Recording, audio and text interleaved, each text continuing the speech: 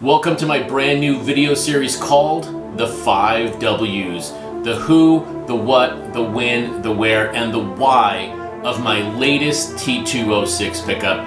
As you may have found out a few weeks ago, I crossed over a major milestone in my set, adding card number 300. So now, between card 301 and 520, I'll release a brand new video in this new 5W series explaining the reason behind why I picked up this particular card. As well, the goal here is a video in less than 5 minutes with the 5Ws. So if you are new to T206, number one, hit that subscribe button. Welcome to my channel. And if you're a returning viewer, welcome back. So who are we going to be talking about today? Today, it's none other than Bad Bill Dahlen, a man who for many, many years has had his toes on the doorstep of the Hall of Fame, but yet to this day has been completely shut out by the voters of various different committees.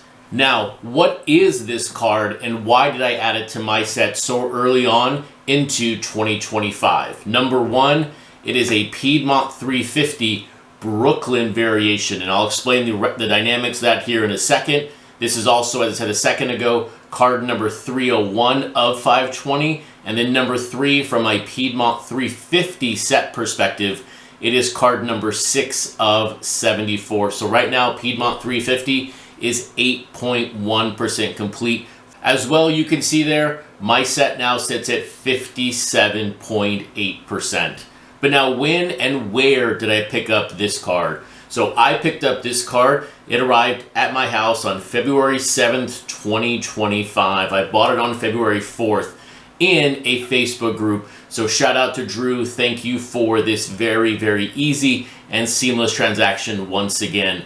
I paid for this Piedmont 350. Remember, I said it's the Brooklyn variation. I paid $435 for this SGC3. So why in the world did I pay so much for this card, and why is this card so significant in the T206 landscape? And that is because it is a replacement card for what happened with Bill Dahlen.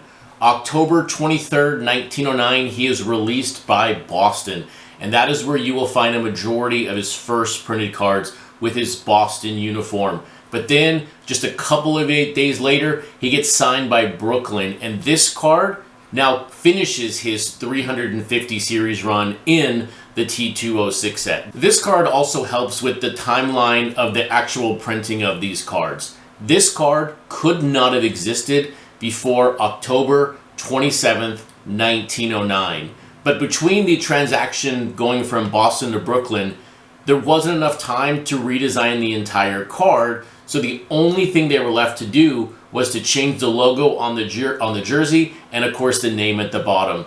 In the overall big picture of T206, this card in the 350 series is related to Elberfeld and his Washington portrait, as well George Brown going from the Cubs to Washington. But Elberfeld and Dahlen are the only two players with a Piedmont 350 card that look exactly the same, but just have a team and uniform change, but nothing else changes on the card itself.